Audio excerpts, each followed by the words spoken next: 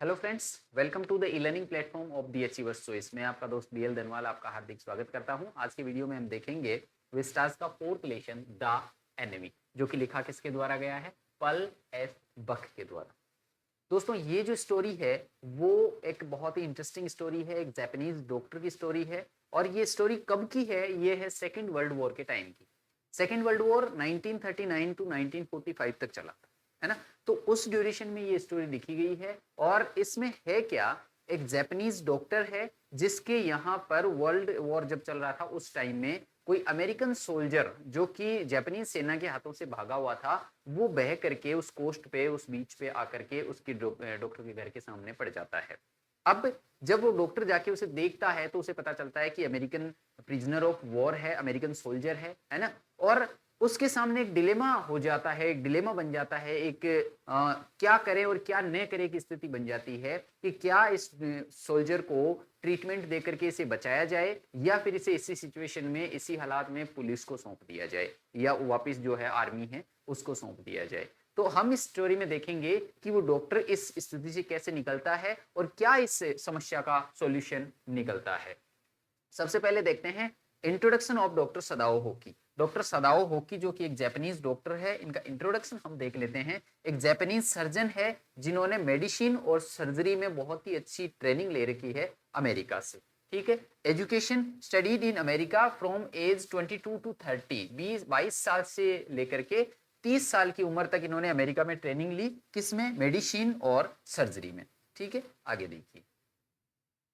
हाँ, हमारे लेशन में क्या क्या रोल्स शो किए गए हैं। डॉक्टर सदाओ होकी को एक ट्रू डॉक्टर के रूप में दिखाया गया है, एक ट्रू पैट्रियट के रूप में दिखाया गया है, एक देशभक्त के रूप में दिखाया गया है, एक अच्छे हस्बैंड के रूप में दिखाया गया है, एंड ओवरऑल एक ट्रू ह्यूमन बीइंग के रूप में दिखाया गया है, एक बहुत ही अच्छे मानव के रूप में हमें शो किया गया है। डिस्कवरी एंड ट्रीटमेंट, क्या डिस्कवरी कर रहे हैं वो? क्या डिस्कवर करने की कोशिश कर रहे हैं? वो एक मेडिसिन डिस्कवर कर रहे हैं जो कि घावों को जल्दी भर दे। एक ऐसी मेडिसिन को डिस्कवर करने में लगे हुए हैं जो घावों को बहुत जल्दी भरती हो। And he was treating the general, और जापान के जो जनरल थे उनका वो डॉक्टर सदाओ होकी ट्रीटमेंट कर रहे थे। यानी जनरल को कुछ बीमारी थी, उस बीमारी का जो है वो ट्रीटमेंट डॉक्टर सदाओ होकी कर रहे थे। और ये एक ऐसी मेडिसिन की खोज कर रहे थे जो घावों को बहुत जल्दी भर देती हो। ये दो कारण थे जिसकी वजह से युद्ध में सैनिकों के साथ में, ट्रूप्स के साथ में डॉक्टर सदाओ होकी को नहीं भेजा गया था।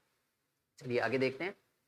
ये जो है डॉक्टर सदाओ होकी जो है वो अपने पेशेंट्स को माय फ्रेंड बोल के पुकारते हैं। जब भी वो इलाज करते हैं तो इनके बुदबुदाने की आदत है और वो बातें करते रहते हैं, भले ही वो चाहे अचेत हो पेशेंट, उनसे बातें करते रहते हैं। और बातें करते टाइम उनका जो संबोधन रहता है वो रहता है my friend during the treatment, जब ये ट्रीटमेंट कर रहे होते हैं। सदाओ का घर के बारे में हमें पूछा जा सकता है। ये जापानीज कोस्ट पे बना हुआ है। सदाओ का घर जो है वो जापानीज कोस्ट पे बना हुआ है। सेट अपॉन रॉक्स, चट्टानों के ऊपर सेट है। एंड स्क्वायर स्टोन से बना हुआ घर है। और इनके चारों ओर पाइन्स के ट्रीज, चीड़ के पेड़ है, वो झुके हुए हैं। और चारों ओर जो है वो चीड़ के पेड़ उगे हुए हैं और जो कि झुके हुए हैं, है ना? Bent pine trees. He climbed barefoot. और ये जो चीड़ के पेड़ हैं, इन पेड़ों पे जब ये बच्चा था, डॉक्टर सदाओ होकी जब छोटा बच्चा था, बचपन में नंगे पैरों चढ़ जाया करता था। क्यों? क्योंकि वहां पर दूसरे लोगों को कोकोनट के पेड़ों पर चढ़ते हुए ये देखता था। कोकोनट के पेड़ों पर जब दूसरे लोगों को चढ़ते हुए देखता था तो ये खुद भी जो है वो नंगे पैर बचपन में इन चीड़ के पेड़ों पे, पाइन्स पे चढ़ जाया करता था। चलिए आगे देखते हैं डॉक्टर सदाओ होकी की फैमिली में कौन कौन है। डॉक्टर सदाओ होकी की वाइफ का नाम है हाना। हिज वाइफ कैरिंग है ना? हाना उसकी वाइफ है, कैरिंग है। और ये सदाओ होकी और हाना जो है वो पहली बार कहाँ मिले थे? अमेरिका में मिले थे। प्रोफेसर हार्ले के घर पे ये मिले थे। मैरिड इन जापान, लेकिन वहां पर उन्होंने शादी नहीं करी थी। वहां पर उन्होंने शादी इसलिए नहीं करी थी क्योंकि उनकी फादर की इच्छा थी कि ये डॉक्टर जो है सदाओ जो है वो डॉक्टर सदाओ जापानीज लड़की से शादी करे। और वहां पर ये कंफर्म होने से पहले, अपने पिता की पूरी अप्रूवल होने से पहले ये शादी नहीं करना चाहता था, इसलिए जापान में आकर के शादी करी थी इन्होंने। और यहाँ पर जब सीन दिखाया गया है तो हन्ना का आउटफिट हमें दिखाया गया है कि उन्होंने एक हावरी पहन रखी है, डार्क ब्लू कलर की हावरी पहन रखी है। और उसके नीचे किमोनो है, यानी पहले किमोनो पहन रखा है और उसके ऊपर हावरी पहन रखी है ना। नाइट ड्रेस टाइप में एक ड्रेस होती है, मैं आपको पहले दिखा देता हूँ। ये देखिए, ये देखिए, है ना, पहले किमोनो पहन रखा है और किमोनो के ऊपर इन्होंने हावरी पहन रखी है। ये जो ऊपर एक चोगा टाइप में पहन रखा है इसको हावरी बोलते हैं, डार्क ब्लू हावरी पहन रखी है। और नीचे जो है इसके हावरी के नीचे वो है किमोनो, ठीक है। और ये अपनी घर की बालकनी में खड़े हुए हैं और बालकनी से जब ये उधर बीच की तरफ देखते हैं तो इन्हें एक सोल्जर, एक आदमी जो है वो मिस्ट के अंदर से आता हुआ दिखाई देता है और जो कि वहां गिर जाता है। ये सीन अपन आगे जब ये इसका एनकाउंटर के बारे में बात करेंगे तब डिस्कस करेंगे, ठीक है। आगे देखिए, हाना की हमने बात कर ली, ठीक है। अब बच्चे, दो बच्चे थे इनके और छोटे वाला जो बच्चा था वो 3 महीने का था। छोटे वाला बच्चा कितने महीने का था?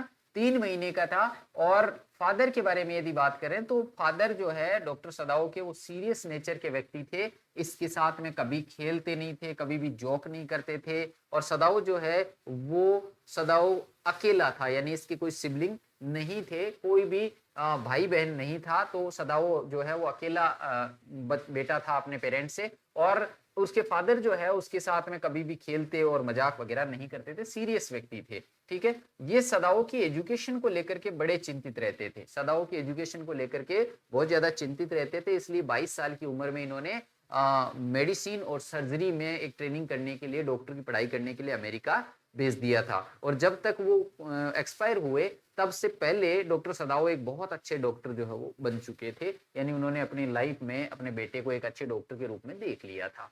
ये इन्होंने जापान में एक फाइनेस्ट मोस गार्डन बनाया था, बहुत ही बढ़िया वाला मोस, मोस बोलते काई को, है ना, उसका गार्डन बनाया था इन्होंने। और जैपनीज चीजों को और जैपनीज लोगों को, जैपनीज कल्चर को ही ये पसंद करते थे, जापान से बहुत प्यार करते थे, जैपनीज चीजों को पसंद करते थे, जैपनीज कल्चर को पसंद करते थे, जैपनीज लोगों को पसंद करते थे। इवन जब हमें ये लेसन में दिखाया जाता है कि इनका जो रूम है उस रूम में हर एक चीज जैपनीज थी, है ना। ये विदेशी बेड पे सोना पसंद नहीं करते थे, ये विदेशी कुर्सी पे बैठना पसंद नहीं करते थे। पूरा का पूरा बहुत ही एक पेट्रियोटिक सीन इनके बारे में हमें बताया गया है कि बहुत ही ज्यादा देशभक्त थे ये। और ये कहा करते थे कि who can limit our future, हमारे फ्यूचर को कौन लिमिट कर सकता है, कौन बांध सकता है, कौन रोक सकता है। हमारा फ्यूचर जो है वो इस पे डिपेंड करता है कि हम इसे कैसे बनाएंगे, यानी हमारा फ्यूचर क्या होगा ये हमारे ऊपर ही डिपेंड करता है। ये सदाओ होकी के फादर कहा करते थे। इनके घर में 3 सर्वेंट्स है, एक का नाम है यूमी जो कि फीमेल है और ये बच्चों की नर्स है। एक गार्डनर है जो कि मेल है और अकेला मेल है, 2 फीमेल और 1 मेल सर्वेंट है। और ये जो गार्डनर है वो सुपरस्टिशियस मैन है, यानी अंधविश्वास रखने वाला सा व्यक्ति है। और इसने क्या किया, ये क्या था, एक स्पेशलिस्ट था मॉस में। मैंने अभी बोला था ना आपको कि इसके फादर ने मॉस का गार्डन बनाया था। वो उस गार्डन को बनाने में इसी का बड़ा हाथ था, क्योंकि ये मॉस के मामले में बहुत तगड़ा स्पेशलिस्ट था। और इस बंदे ने, इस गार्डनर ने ब्लड को फर्टिलाइजर्स के रूप में यूज किया है, ठीक है। और एक और सर्वेंट है इनके घर में जो कि है कुक, और ये फीमेल है। तो 2 मेल सर्वेंट्स है और नहीं, एक मेल सर्वेंट है गार्डनर और यूमी, और कुक जो है वो फीमेल सर्वेंट है, ठीक है। देखिए आगे, अब प्रिजनर के बारे में देखते हैं। ये जो प्रिजनर है वो कब आया, कैसे आया, इसके बारे में देखते हैं। इसका मैं थोड़ा सा वैसे ही आपको इसकी स्टोरी टाइप में बता देता हूँ। देखिए 21 फरवरी का दिन होता है ना, 21 फरवरी का दिन है। डॉक्टर सदाओ शाम के टाइम में अपने जो बालकनी है वहां पर, अभी हमने फोटो देखा था, उस बालकनी में खड़ा हुआ होता है। और अचानक से वो देख रहा है कि जो कोहरा है, कोहरे के बादल समुद्र से उठ करके उसके घर की तरफ आ रहे हैं, है ना। क्यों? क्योंकि पिछले 3-4 दिन से अचानक से गर्मी बढ़ गई थी। आशा, उम्मीद नहीं थी कि गर्मी होगी इतनी, लेकिन गर्मी बढ़ गई थी। इसकी वजह से कोहरा होना शुरू हो गया था और कोहरा बादलों के रूप में वहां से उठ करके समुद्र में जो जलवाष्प बनती है उससे कोहरा बन करके उधर की से इसके घर की तरफ आ रहा। ये खड़ा खड़ा वहां देखता है और ये सोच रहा होता है कि अब मुझे अंदर जाना है, जहां पर मेरी वाइफ जो हाना है वो वेट कर रही है बच्चों के साथ में। मुझे अंदर जाना है क्योंकि शाम हो गई है, अब डिनर का टाइम हो गया है और अब अंदर जाएंगे। इतने में हाना खुद ही बाहर आ जाती है। हाना ने हाउरी पहन रखी है, किमोनो पहन रखा है और आकर के इसके हाथ से हाथ सटा करके, हाथ में हाथ डाल करके इसके बगल में खड़े हो जाती है, मुस्कुराती है और ये कुछ बोलते नहीं।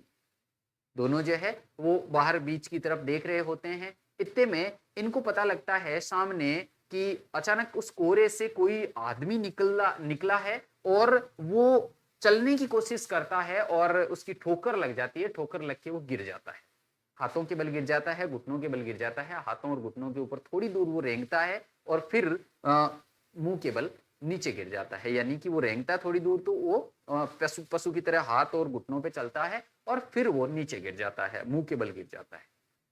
इनको पता लगता है। ये देखते ही हाना चिल्लाती है कि देखो वहां कौन है। इतने में डॉक्टर सदाओ जो है वो कहते हैं कि हाँ कोई ना कोई है, शायद कोई मछुआरा है। यानी पहली ये प्रेडिक्शन क्या करते हैं कि शायद कोई मछुआरा है, क्योंकि इनके आसपास में 1-2 मील पे जो मछुआरे थे उनके गांव थे, तो कि ये कोई मछुआरा है जो अपनी बोट से बह करके आ गया होगा। ये ऐसा कह करके डॉक्टर सदाओ उसकी तरफ दौड़ता है। पीछे जो है हाना भी चली जाती है और वहां जाकर के ये देखते हैं और जब उस व्यक्ति को देखते हैं, पलट करके देखते हैं, तो पता चलता है कि वो एक अंग्रेज है, एक गोरा आदमी है। ये उसकी टोपी को उठाती है, हाना उसकी टोपी को उठाती है और थोड़ा सा उस पर पढ़ने की कोशिश करती है, तो उसके ऊपर लिखा हुआ होता है शेलर, कटे फटे अक्षरों में शेलर लिखा हुआ होता है। ये हाना उसे बताती है तो सदाओ कहते हैं कि हाँ ये शायद कोई उनका नाविक है जो कि ये बह करके, नाव से बह करके आ गया है। इतने में हाना एक और चीज जो है वो डिक्टेट करती है और उसमें लिखा हुआ होता है यूएस नेवी। और ये जब पढ़ रही होती है तो सदाओ उसे पलट करके देखता है कि उसके घाव लगा हुआ है। घाव कहाँ लगा हुआ है? राइट साइड लोअर बैक में, यानी कि यहाँ पीछे की side, back right lower back में घाव लगा हुआ है और उसके कोई गोली लगी हुई थी और वहां पर जहां गोली लगी हुई थी वहां पर बारूद की वजह से उसका मांस काला हो गया था और किसी चट्टान से टकराने की वजह से उसका जो घाव है वो और ज्यादा बढ़ गया था। हाना ने उसे कहा कि ये यूएस नेवी लिखा हुआ है, इसका मतलब ये प्रिजनर ऑफ वॉर है। और तब डॉक्टर सदाओ ने कहा कि हाँ बिल्कुल ये प्रिजनर ऑफ वॉर ही है, तभी इसके पीछे की साइड गोली लगी है, यानी कि ये सेना से छूट के भाग के आया हुआ है। अब यहाँ पर ये दोनों जो है वो ये सोचने में लगे रहते हैं कि इसका करे क्या। पहले ये डिसाइड करते हैं कि चलो इसको ऐसा करते हैं, अपन फालतू में फंस जाएंगे, बिना मतलब में देशद्रोह साबित हो जाएंगे, आ गया तो आ गया, अपन क्या कर सकते हैं, इसको वापस समुद्र में ही फेंक देते हैं। ये दोनों डिसाइड करते हैं, लेकिन बस डिसाइड ही करते हैं। वो कहती है कि हाँ इसको समुद्र में फेंक देते हैं, डॉक्टर भी कहता है कि हाँ इसको समुद्र में फेंक देते हैं, लेकिन हिलता कोई नहीं। यानी ये कि एक तरीके से ये जापानीज होने के नाते दोनों चाह रहे हैं इसको फेंक दे, लेकिन दोनों में मानवता इतनी भरी हुई है कि इनकी बॉडी जो है वो एक्शन करने को तैयार नहीं है। ये दोनों के दोनों खड़े खड़े ये बातें कर रहे हैं। फिर ये डिसाइड करते हैं कि इसका इलाज किया जाए। हालांकि हाना बहुत चिंतित हो जाती है कि अगर पकड़े गए तो क्या होगा, तुम्हारी पोस्ट का क्या होगा, हमारे बच्चों का क्या होगा, हमारे फ्यूचर का क्या होगा। हाना बड़ी परेशान हो जाती है, लेकिन फिर भी वो जो है वो सदाओ की हेल्प करने के लिए राजी हो जाती है। एक बार ये भी होता है कि वो ये कहता है कि मैं तो तैयार हूँ, क्या तुम तैयार हो? तो हाना कहती है कि नहीं नहीं, तुम अकेले इसको फेंक दो। कुल मिला के हमें ये देखने को मिलता है कि ये चाह तो रहे हैं इसे फेंक देते हैं, ये चाह तो रहे हैं कि इसे बचाया नहीं जाए, लेकिन इनमें मानवता इतनी है कि ये अपने आप को ही रजिस्टर कर रहे हैं, है ना। ऐसे कह करके, सोच करके ये दोनों जो है उसे पकड़ करके अपने घर ले आते। इनके घर में क्या है, नीचे की तरफ एक गलियारा है, उस गलियारे, वो गलियारा गार्डन में खुलता है। उस गलियारे से होकर के एक सटा हुआ एक कमरा है। ये कमरा इनके फादर का था। जब इनके फादर थे तब वो इस कमरे में रहा करते थे, और जब इनके फादर गुजर गए, डॉक्टर सदाओ का फादर जब गुजर गए, तो उसके बाद में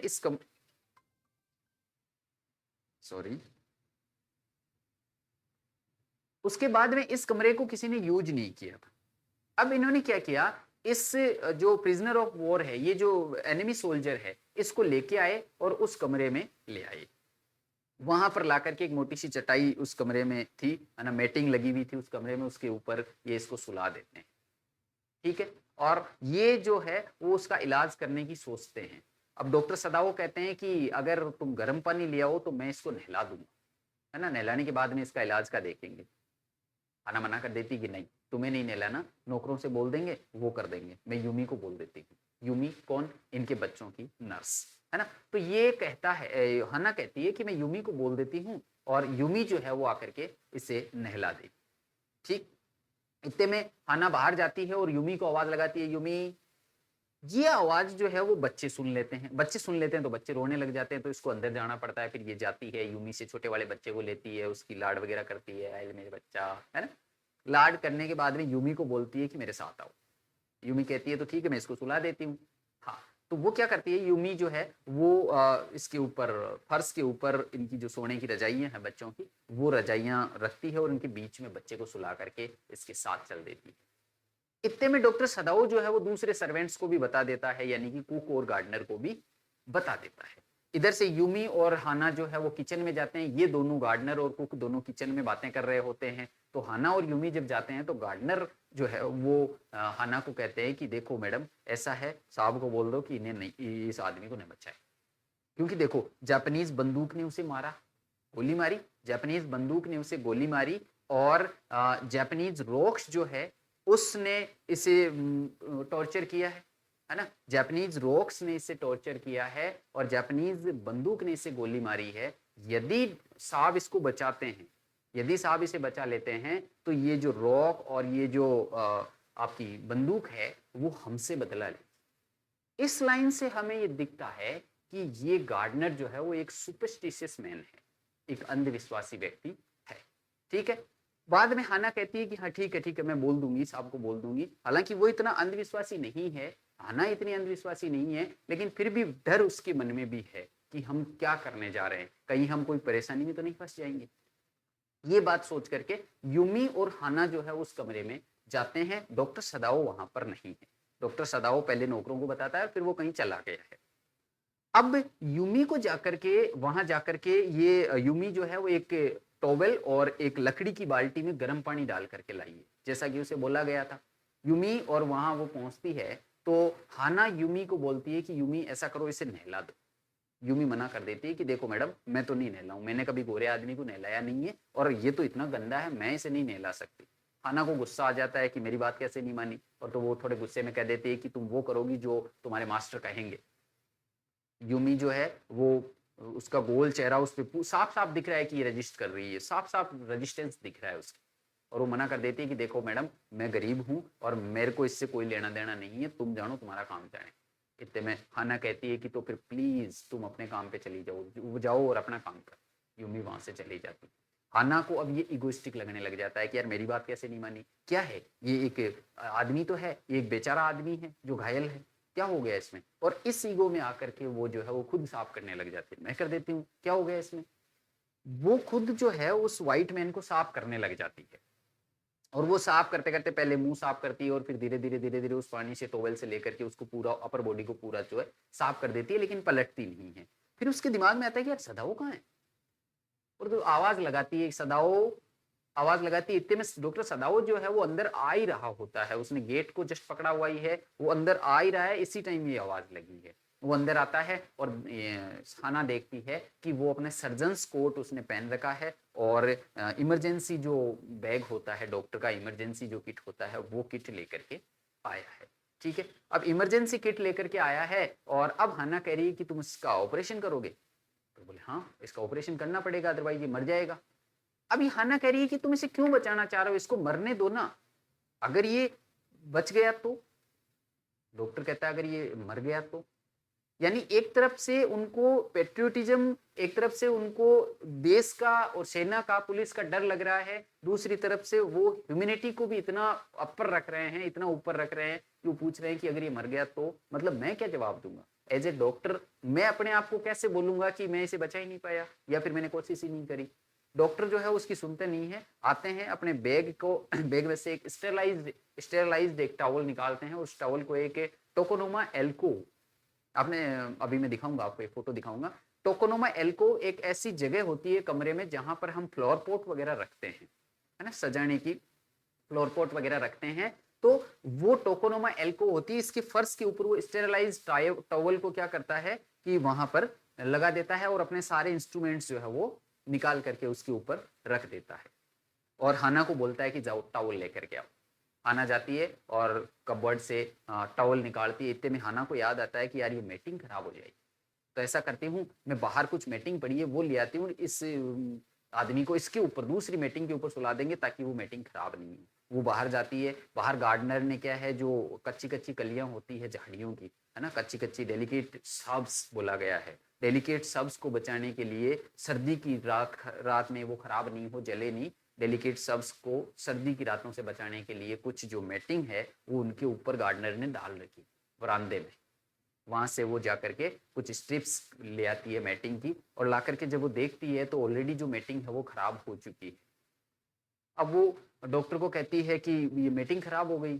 डॉक्टर कहता है हाँ ये खराब हो गई, और ऐसा फील होता है जैसे कि डॉक्टर को कोई परवाह नहीं है, डॉक्टर सदाओ को कोई परवाह नहीं है, वो उसका फोकस जो है वो सिर्फ उसके इलाज करने में है, डॉक्टर को कोई दूसरी चीज से मतलब नहीं है। वो आती है और वहां पर वो बैठ जाते हैं। बैठने के बाद में हाना इसे बताती है कि यूमी ने इसको साफ नहीं किया था, यूमी ने इसको नहलाने से मना कर दिया। वो बतानी चाह रही है कि यूमी जो है वो रजिस्ट कर रही है, हमारे जो सर्वेंट्स है वो रजिस्ट कर रहे हैं। अब डॉक्टर ने एकदम से पूछा कि तो फिर क्या तुमने नहलाया इसको? कि हाँ मैंने नहलाया। अब हालांकि वो ये सारा सब कुछ जो है वो इससे भी नहीं बर्दाश्त हो रहा, लेकिन वो इतना खोया हुआ, वो तल्लीन है उस ऑपरेशन में, उसको इलाज करने में इतना तल्लीन है कि उसे पता ही नहीं है कि वो क्या कह रही है, और ये इसकी आदत थी। ये जो है वो ऑपरेट करने में इधर उधर लगा हुआ रहता है। और इतने में हाना को कहते हैं कि जब ये मूवमेंट करे ना तो तेरे को इसको एनेस्थीसिया देना है, एनेस्थेटिक्स जो है वो देना है। अब हाना डर जाती है, हाना को ये सारा सब कुछ दिया पता नहीं है, पहली बार कर रही है ऐसा। तो हाना जो है वो कहती है कि देखो मेरे को आता नहीं है, कैसे क्या करना होगा कि मैं बता दूंगा, कोई दिक्कत नहीं है। इतने में हाना को वो जो ब्लड होता है वो ब्लड देख करके उल्टी आ जाती है।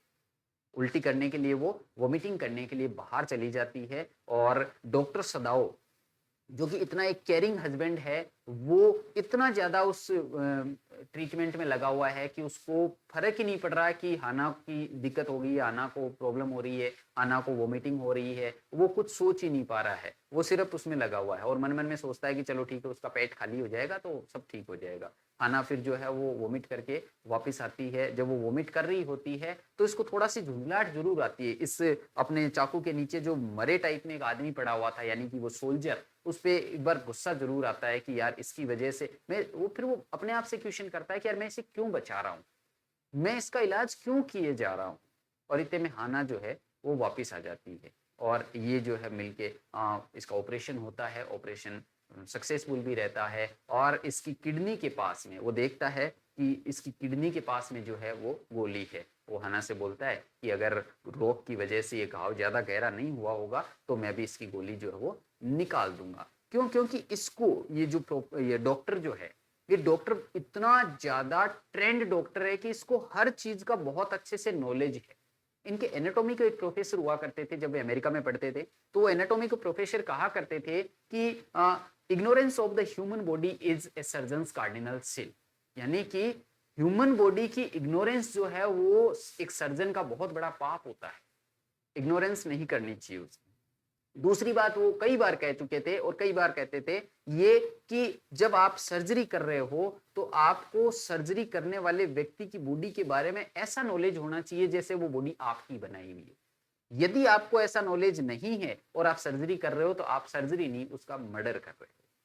तो इस प्रकार ये जो है बहुत अच्छी ट्रेनिंग लेके आया हुआ था, बहुत शानदार बढ़िया वाला डॉक्टर था। ये वहां से गोली निकाल देता है, और जब गोली निकालता है तो उसको आराम आता है थोड़ा सा। वो कहता है कि मेरे गट्स बाहर निकाल लिए इन्होंने, और ऐसा कुछ गुदगुदाहट वो सोल्जर करता है, और उसके बाद में वापस अचेत हो जाता है। और यहाँ से जो है वो ऑपरेशन सक्सेसफुल हो जाता है। और उसके बाद में क्या होता है हम थोड़ा सा स्लाइड्स जो है वो देख लेते हैं। ठीक है, यहाँ हमने देख लिया, सर्वेंट्स के बारे में हमने देख लिया था। ये आप चाहो तो स्क्रीनशॉट ले सकते हो यदि आपको लिखना हो तो। मोरल डिलेमा ये हो गया, ऑन द वे ये हो गया, एंड पहले फिशरमैन को गेस किया जाता है, ठीक है।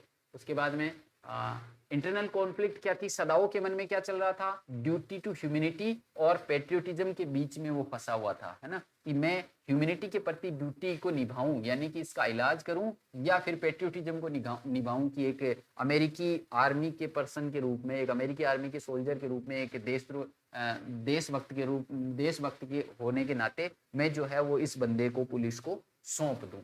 हाना के अंदर क्या चल रहा था, फियर था, डर था कि हम इसकी हेल्प कर रहे हैं, ये एनिमी सोल्जर है, और हमारी फैमिली का क्या होगा, डॉक्टर की पोस्ट का क्या होगा, ये सारा इसके अंदर चल रहा था। प्रिजनर की केयर कैसे करते हैं, एक एम्प्टी बेडरूम में रख देते हैं जो कि सदाओ के फादर का था, और उस कमरे में हर एक चीज जापानीज थी, हर एक चीज जो उस कमरे में रखी हुई थी वो सारी की सारी जापानीज थी। ठीक है, हाना क्या करती है, जब उसको ला करके सुलाते हैं वहां पर, तो एक कबर्ड से रजाई निकाल करके लाती है, एक सिल्क की रजाई निकाल करके लेके आती है जो कि फ्लोर्ड सिल्क का कवर पहने हुए थी, यानी उस रजाई का कवर कैसा था, फ्लोर्ड सिल्क था, और लाइनिंग जो थी यानी इसका बॉर्डर जो था वो प्योर व्हाइट सिल्क की लाइनिंग का था। ठीक है, ये ध्यान रखिएगा आप। हाना टेल्स यूमी, वो कहती है हॉट वाटर लेकर के आती है वुडन बकेट में, यानी कि लकड़ी की बकेट में पानी लेकर के आती है हाना, और वो क्लीन करने से मना कर देती है, तो हाना जो है वो खुद इसे क्लीन करती है। उसके बाद में इमरजेंसी बैग और सर्जन्स कोट में वो आता है और आकर के अपना जो स्टेरलाइज टोल है वो टोकोनोमा एल्को की फर्श पे बिछा देता है। ये देखिए, ये होता है टोकोनोमा एल्को ना, जापान में होता है टोकोनोमा एल्को, इसको बोलते हैं। ये जो ये आपको दिख रहा होगा, एक सेकंड, ये वाला, ये जो है ये टोकोनोमा एल्को है। तो इसने क्या किया डॉक्टर ने, ये जो फर्श है इसके ऊपर वाला, यहाँ पर तौलिया बिछा करके अपने जो औजार वगैरह थे वो रख दिए थे। ये देखिए इसके हेड के ऊपर एक लाइट लगी हुई थी, है ना, जो कि इसके हेड से बंधी हुई थी, और ये हाना बैठी हुई है। ये इसका ध्यान रखिएगा, ये चोट लगी हुई कहाँ थी, गोली कहाँ लगी हुई थी, राइट साइड में लोअर बैक पे, पीछे की तरफ, है ना, लोअर बैक, है ना, ठीक है, राइट साइड में लोअर बैक पे लगी हुई थी। तो ये हमने देख लिया है, किडनी के नजदीक लगी हुई थी। ठीक है, हाना को एनेस्थेटिक देने के लिए बोला, लेकिन हाना जो है वो ये पहली बार कर रही है, ऐसा इसे आता नहीं था। ठीक है, बहुत सारा ब्लड जो है देख करके हाना को वोमिटिंग हो जाती है और वो बाहर जाती है, लेकिन डॉक्टर उसके साथ में नहीं जा सकता। इसकी वजह से एक बार के लिए वो पेशेंट के प्रति जो है वो क्रूल होता है।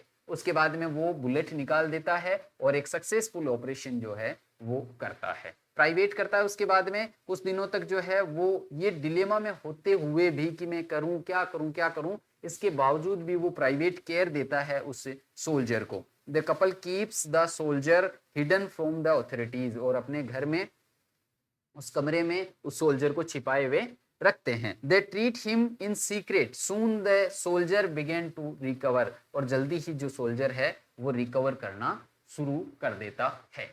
उसके बाद में देखो डिसएग्रीमेंट, ये रिएक्शन, हाँ रिएक्शन ऑफ सर्वेंट्स जो है वो क्या है, सर्वेंट्स को ये चीज पसंद नहीं थी। सर्वेंट्स क्या करते हैं, सर्वेंट्स कुछ दिन तो देखते हैं, उसके बाद में उनको जो अतिशील होने लग जाती है, वो जो ये सोचते हैं कि ये जो डॉक्टर है वो जापान में रह के आए हैं, इसलिए इनको सॉरी क्या बोल रहा हूँ, अमेरिका में रह के आए ये डॉक्टर, और जो हमारी जो मैडम है वो अमेरिका में रह के आए हैं, इसलिए अमेरिकी लोगों से ये प्रेम करते हैं, अमेरिकी लोग इन्हें अच्छे लगते हैं। और सारे सर्वेंट्स जो है वो एक बार हाना जो है वो सुबह सुबह फूल तोड़ रही होती है, तो उनके जस्ट बगल में खड़े होकर के आपस में बातें करते हैं। क्या बातें करते हैं, देखो ये लाउड वॉइस में बोलते हैं। गार्डनर बोलता है कि it is clear what are master the old master son ought to do, ये क्लियर है कि हमारे मास्टर को, हमारे मालिक को क्या करना चाहिए, लेकिन फिर भी वो नहीं कर रहे हैं। When the man was so near death, जब वो आदमी नियर डेथ था, जब वो आदमी मौत के इतना नजदीक था,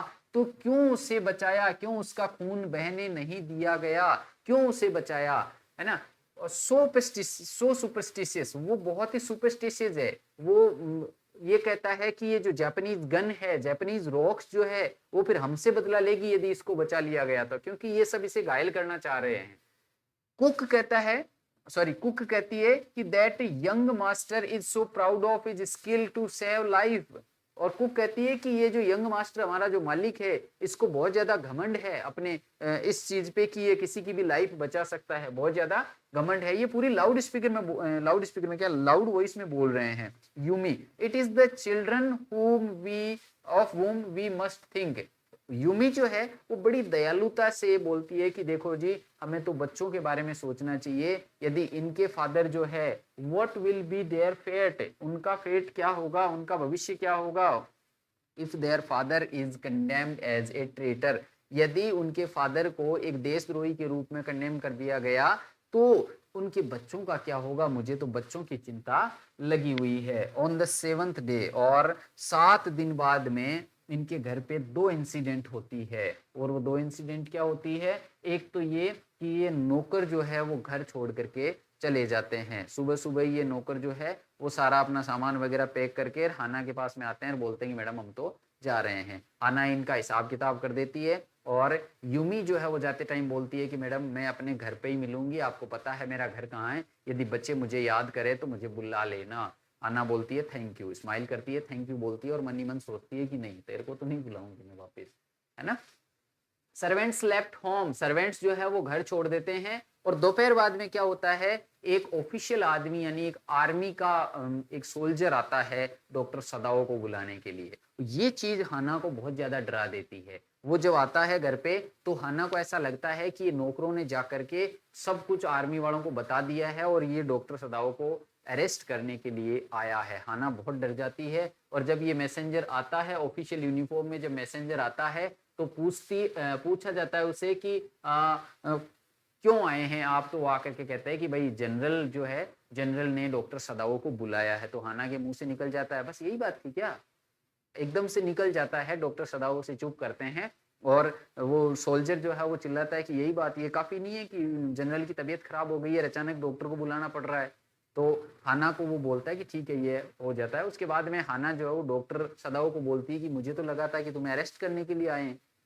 अब डॉक्टर सदाओ कहता है कि यार तुम्हारे लिए मेरे को इससे छुटकारा पाना पड़ेगा क्योंकि तुम इतनी परेशान होने लग गई हो कि बहुत ज्यादा परेशान होने लग गई हो। अब डॉक्टर सदाओ जनरल से मिलने के लिए जाता है। तो पहले हम थोड़ा सा जनरल का परिचय देख लेते हैं कि ये जनरल कौन है। ये जापानीज आर्मी का जनरल है जिसका नाम है जनरल टोकीमा। क्या नाम है? General टोकीमा।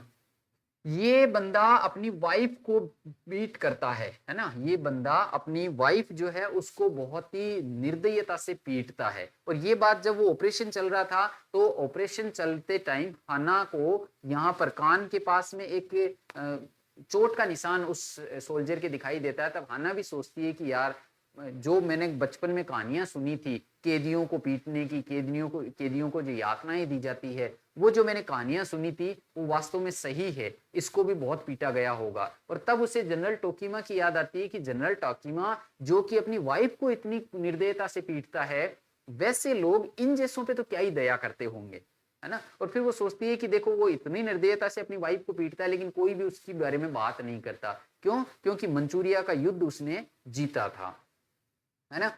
No one talks about this as he fought a victorious battle in Manchuria. Manchuria में उसने एक युद्ध जीता था, उसकी वजह से उसकी तो सिर्फ वाहवाही होती है, भले ही उसकी वाइफ को पीटता हो, कोई उसके बारे में बात नहीं करता। अब ये जनरल टाकीमा के पास में जाता है और जनरल टाकीमा को ये सारी बात बता देता है, लेकिन जनरल टाकीमा जो है जनरल इसे अरेस्ट नहीं करता। अरेस्ट क्यों नहीं करता? वो देखो, हाँ, दो कारण है इसके अरेस्ट नहीं करने के। पहला तो ये कि इसके बारे में, सदाओ के बारे में सब कुछ पता है जनरल टोकीमा को। जनरल को पता है अच्छे तरीके से कि ये कितना लॉयल है, कितना फेथफुल है अपने ड्यूटी के प्रति, यानी एक डॉक्टर के रूप में कितना लॉयल है, कितना फेथफुल है, और देश के प्रति कितना लॉयल है, कितना फेथफुल है, ये पता था। जनरल को ये पता होने के कारण वो उसे अरेस्ट नहीं करता है। और दूसरा कारण ये था कि उसका खुद का इलाज चल रहा था, खुद को ट्रीट किया जा रहा था डॉक्टर सदाओ के द्वारा, इसलिए वो जो है वो उसको अरेस्ट नहीं करता है।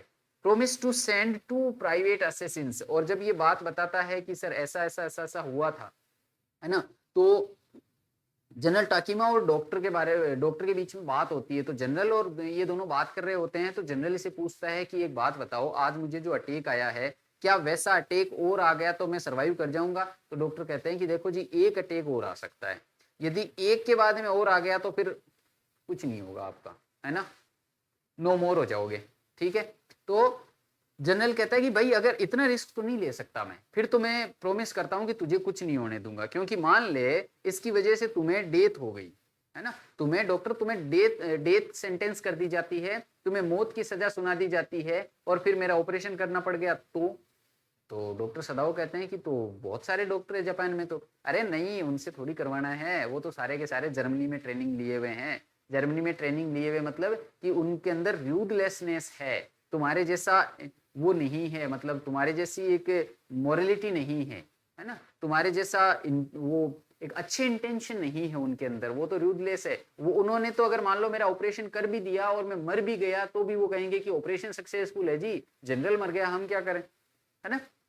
तो कहते हैं वो तो जर्मनी में ट्रेनिंग लिए हुए हैं, मुझे किसी पे भरोसा नहीं है, मुझे तो तुम ही चाहिए भाई, और इसलिए मैं तुम्हें कुछ नहीं होने दूंगा। ऐसा करता हूं आज रात या फिर कभी और कभी मैं तुम्हारे घर पे 2 प्राइवेट असेसिन्स भेज देता हूँ। असेसिन्स होते हैं मारने वाले, है ना, मार देते जो आदमी को मार काट करने वाले, मर्डरर भेज देता हूँ सीधा सा अपन कह सकते हैं। तो वो कहता है कि मैं तुम्हारे घर पे 2 मर्डरर भेज देता हूँ, बड़े कैपेबल है वो, और इंटरनल ब्लीडिंग करवाने की बहुत अच्छी स्किल है उनके अंदर, है ना। वो इंटरनली ब्लीड करवा देते हैं, वो ज्यादा हो हल्ला नहीं करते हैं, आवाज वगैरह कुछ नहीं करते, तुम्हें पता ही नहीं लगेगा, तुम्हारे घर से उस बंदे को मार करके, और तुम कहो तो मैं बॉडी को भी उठवा देता हूँ वहीं से कि हाँ ये बेटर प्लान है, तो कि ठीक है तुम टेंशन मत लो, मैं तुम्हारे घर पे असेसिन्स भेज दूंगा, वो आएंगे रात को उसे मार के और वहां से ले जाएंगे। डॉक्टर ये बात जो है वो सुन करके वहां से और यहाँ अपने घर वापस आ जाता है।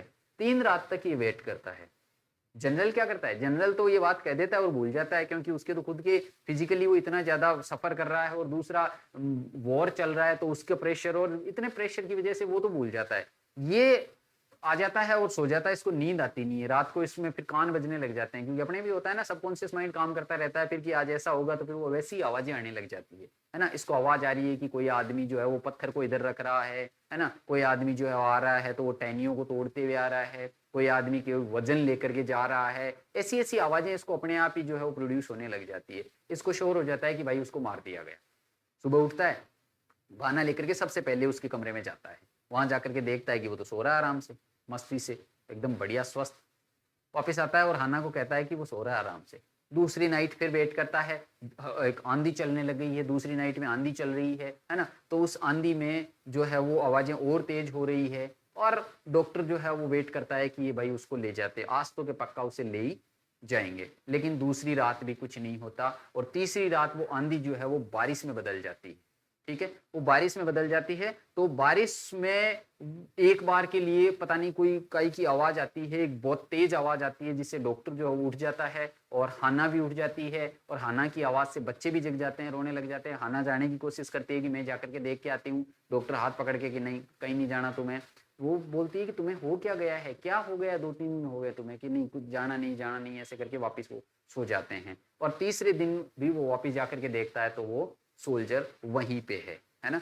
अब वो जाकर के उसे मिलता है, तो उससे कहता है कि अब तुम स्वस्थ हो, 5 मिनट के लिए खड़े हो सकते हो, है ना। और ये जो सोल्जर है वो इस डॉक्टर को कहता है कि मुझे तुम्हें थैंक यू बोलना चाहिए, है ना, क्योंकि तुमने मुझे बचाया है। ठीक है, इसी बीच ये एक बात पहले की घटना रह गई है। ये एक बार जब हाना इसको शुरुआत में खाना खिलाने जाती है तो हाना को वो नाम बताता है। शुरुआत में जब ये हुआ था, ये जब ऑपरेशन के जस्ट दूसरे दिन की बात है, हाना उसे खाना खिलाने जाती है तो वो नाम बताता है कि मेरा नाम टॉम है ना। और ऐसे करके कभी डॉक्टर, कभी हाना, कभी डॉक्टर, कभी खाना, ये उससे मिलते रहते थे, उससे जाते रहते थे, उसको खाना वगैरह देते रहते थे, और ऐसे कर करके काफी 15-20 दिन में ये जो है वो एक अच्छा स्वस्थ व्यक्ति हो गया है। और अब इसका लास्ट टांका जो है वो भी निकाल दिया गया है, और ये पूरी तरह स्वस्थ है। बस थोड़ा सा इसके जहां पर ऑपरेशन हुआ था वहां पर थोड़ा सा स्ट्रेचिंग ये महसूस कर रहा है। नाम था इसका टॉम। क्या नाम बताया था? टॉम नाम बताया था। ठीक है, तो अब देखिए, अब ये वापस जाता है वहां पर, और वापस जाने के बाद में उससे बोलता है कि क्या तुम मुझे पुलिस के हवाले कर दोगे। ये उससे पहले की बात है, क्या तुम मुझे पुलिस के हवाले कर दोगे। तो डॉक्टर सदाओ कंफ्यूज हो जाता है, वो कहता है कि देख भाई, मुझे तो खुद को ही नहीं पता कि मैं तेरा क्या करूंगा।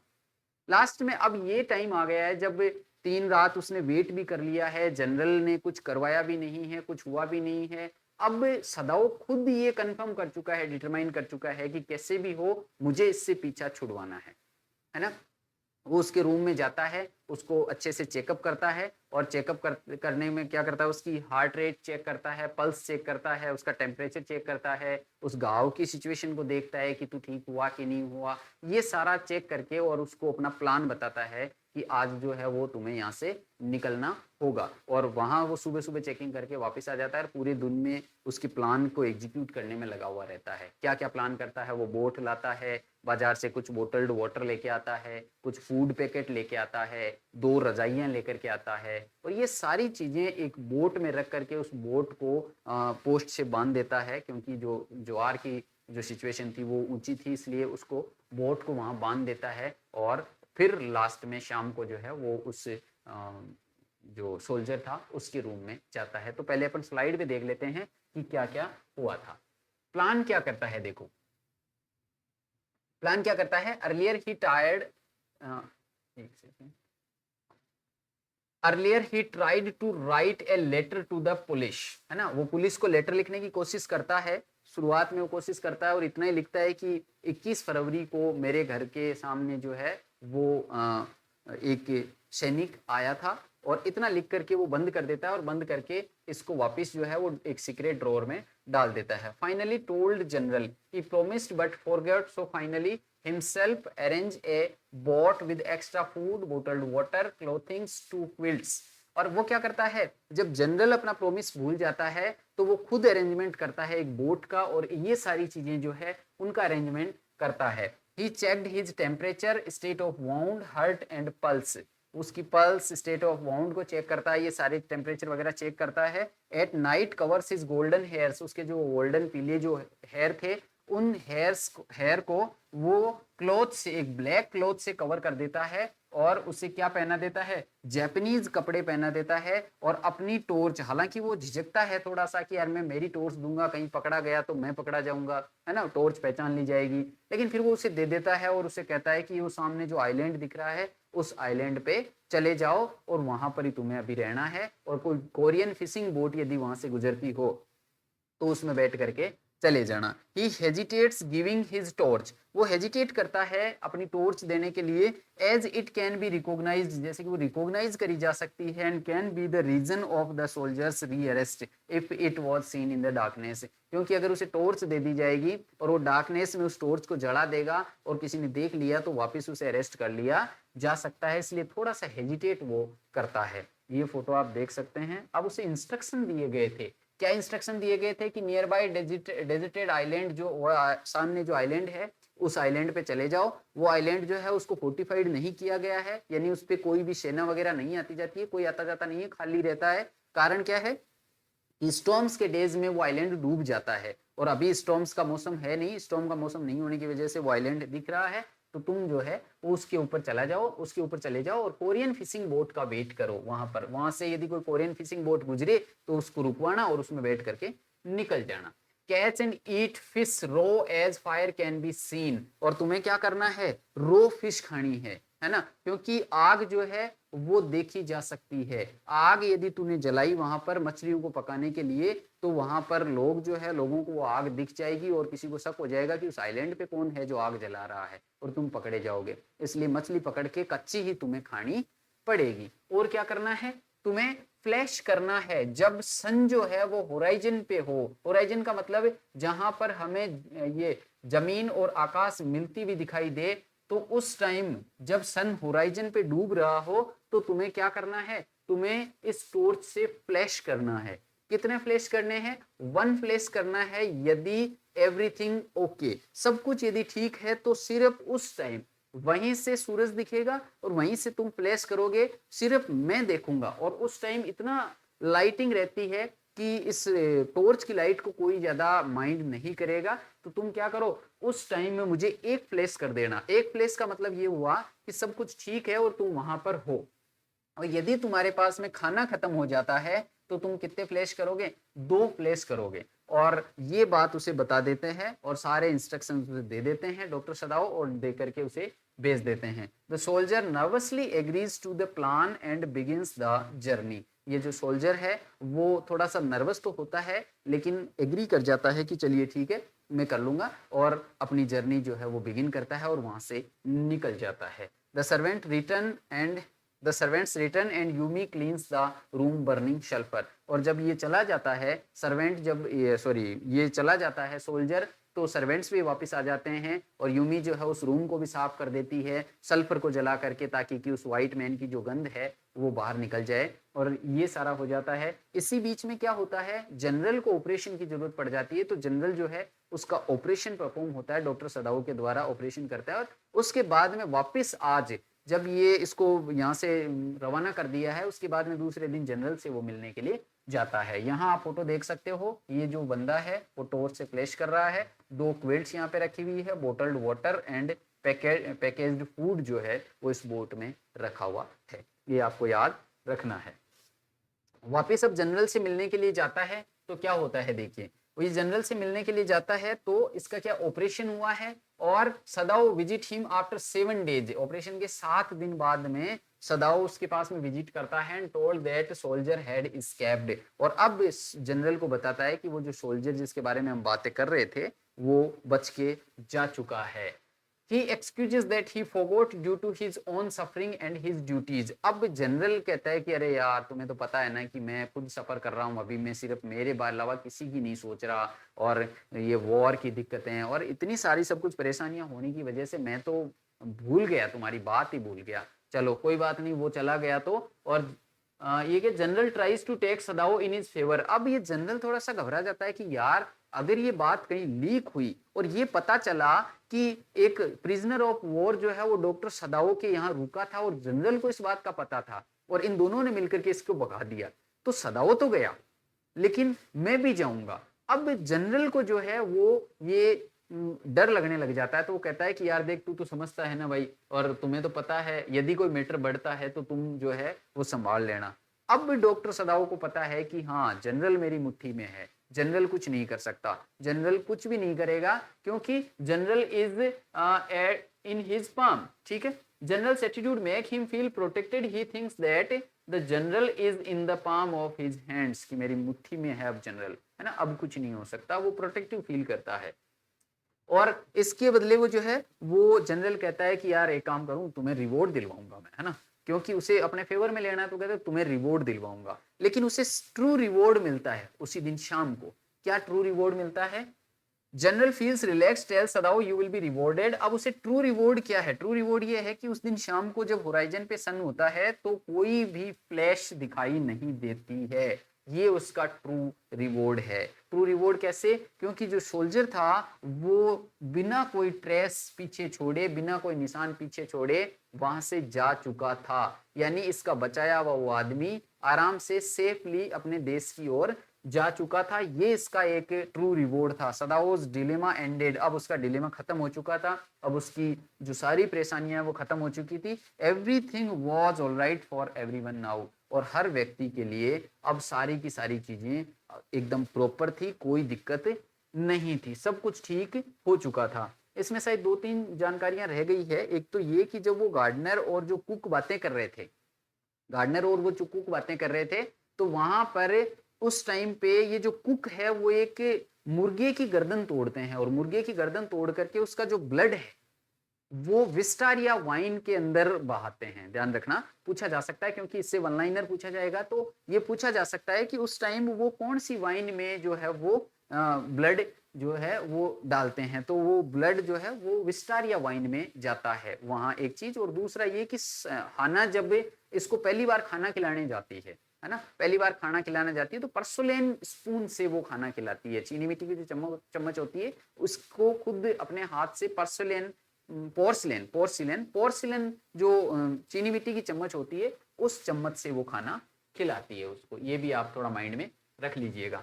अब ये सारा सब कुछ हो चुका है, वो बालकनी में खड़ा हुआ है वहां पर, और जब ये खड़ा हुआ होता है तो उसकी जाने की खुशी में, उस रिवॉर्ड में ये मानता है कि चलो मैंने बहुत बढ़िया काम किया, मेरी ह्यूमैनिटी के प्रति जो ड्यूटी थी उसको बहुत अच्छे से मैंने जो है वो वहन किया है ना। और उसके बाद में वो सारे उन सफेद चेहरों को याद करता है जिन जिन से इंटरेक्शन उसका हुआ था। पहला नंबर कौन? He reflects on his actions realising he helped the soldier for reasons beyond patriotism।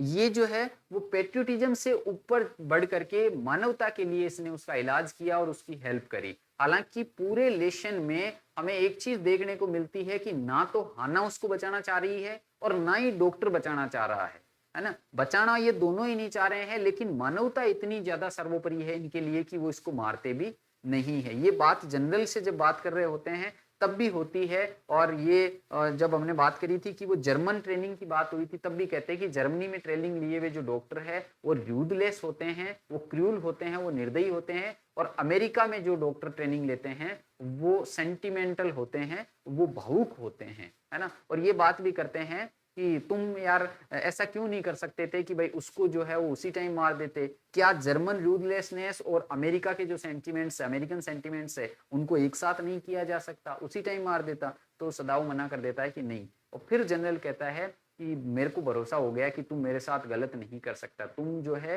वो मेरे ऑपरेशन में कोई गड़बड़ी नहीं कर सकते, क्योंकि उस आर्मी पर्सोनेल को, उस दुश्मन को भी, यदि एनिमी को भी आप जो है वो नहीं मार सकते, तो मैं तो बिल्कुल फ्री हूं भाई, मैं तो निश्चिंत हूं, मेरा ऑपरेशन एकदम सही जाने वाला है। फिर वो कहता है कि क्या नहीं कर सकते क्या तुम, एक साथ नहीं कर सकते इन दोनों को? तो डॉक्टर मजाक में कहता है कि ठीक है, आपके लिए ट्राई करूंगा। तो वो हंसने लग जाता है कि नहीं नहीं नहीं भाई, मैं टेस्ट केस नहीं बनना चाहता, मेरे ऊपर ट्राई मत करना, जो भी करना है यहाँ मेरे ऊपर, कहीं तुम मेरे को ही मार दो, है ना। ये बातें होती है। अब आ जाते हैं वापिस कि ये जो है वो वहां बालकनी में खड़ा हुआ है, और बालकनी में खड़ा होकर के वो जो है वो ये सोच रहा है कि इस आदमी को क्यों नहीं मारा, ओरिजिनल इंटेंशन उसको मारने का होने के बावजूद भी क्यों उस आदमी को बचाया गया। ठीक है, ये सोचता है और उन सभी चेहरों को, व्हाइट फेसेस को रिमेंबर करता है, जिसमें सबसे पहले कौन है? प्रोफेसर हार्ले और उसकी voluble voluble wife, talkative wife.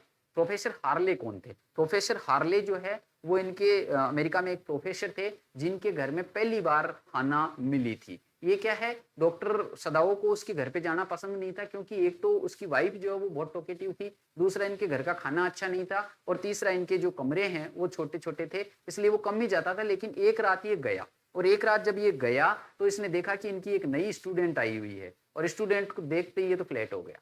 और वो स्टूडेंट कौन थी? हाना थी। मन ही मन सोच लिया कि भाई जब शादी करूंगा इसी से करूंगा, चाहे किसी भी कीमत पे करनी पड़े, है ना। और फिर उससे प्रेम हो जाता है, प्रेम कर लेते हैं, लेकिन शादी ये जापान में ही आकर के करते हैं। तो ये इन दोनों को वापस याद करता है, इन दोनों व्हाइट लोग जो थे उनका चेहरा जो है वो याद करते हैं। ओल्ड प्रोफेसर ऑफ एनाटॉमी जो ये कहा करते थे कि ignorance of the human body is a surgeon's cardinal sin, ये कहा करते थे, उस एनाटॉमी को प्रोफेसर का चेहरा इनके सामने आता है, डॉक्टर के सामने आता है। इनकी ओल्ड लेडी, जब ये अमेरिका में थे तो जापानी लोगों को वहां पर कमरा नहीं मिलता था, क्योंकि प्रेजुडाइज से भरे हुए होते हैं अमेरिकन। तो उस टाइम ये ओल्ड लेडी जो है, इनकी लैंड लेडी जो है, वो इन्हें कमरा देती है, और एक बार इनको इन्फ्लुएंजा हो जाता है तो इनकी देखभाल भी करती है। तो इसका चेहरा इसके सामने आता है, और लास्ट में उस सोल्जर का चेहरा वापस सामने आता है with the deepest emotional feeling of gratitude. Deepest emotional feeling of gratitude के साथ में उस एनिमी का चेहरा जो है वो वापस इसके सामने आता है, और ये चेहरों को याद करता वहां पर बालकनी में खड़ा है। अब अपन देख लेते हैं थीम क्या क्या दिखाई हुई है इस लेसन में। हमें थीम्स दिखाई हुई है ड्यूटी वर्सेस लॉयलिटी, सदाओ के प्रोफेशनल ड्यूटी, सदाओ की professional duty as a doctor and contrast with his patriotic duty to his country during war time. War time के अंदर पेट्रियोटिक ड्यूटी और ह्यूमैनिटी के प्रति ड्यूटी जो है उसमें दिखाया गया है एक कॉन्ट्रास्ट। मोरल डिलेमा दिखाया गया है। ये डिलेमा ये था कि क्या उस व्यक्ति को पुलिस के हवाले कर दिया जाए, या फिर उसको मानवता के नाते, एक डॉक्टर होने के नाते उसे बचा लिया जाए। ह्यूमैनिटी दिखाई गई है कि किस प्रकार दुश्मन होते हुए भी उस व्यक्ति को जो है वो डॉक्टर सदाओ ने बचाया है, और बचा करके उसे वापस अपने देश में पहुंचाया है। कल्चरल कॉन्फ्लिक्ट दिखाया गया है, किस प्रकार complex relationship with both American and Japanese identities. हमने ये देखा कि उनको जो है वो रूम भी नहीं दिया जाता था, जापानीज लोगों को वहां पर कमरा नहीं मिलता था, वहां पर प्रेजुडाइज होते थे उनके बारे में। तो कल्चरल कॉन्फ्लिक्ट जो है वो हमें दिखाया गया है। तो आज की वीडियो को हम यही खत्म करते हैं। रूट चार्ट वाला जो वीडियो है वो हम एक छोटा सेपरेट वीडियो बना देंगे, क्योंकि ऑलरेडी ये वीडियो काफी लंबा हो चुका है। तो रूट चार्ट वाला वीडियो जो है इसके मैं लास्ट में जो कार्ड्स होते हैं या वहां पर डाल दूंगा, आप वहां पर क्लिक करके देख लीजिएगा। और मिलते हैं अगले वीडियो में, तब तक के लिए अपने और अपनों का ख्याल रखिए। Take care, bye bye.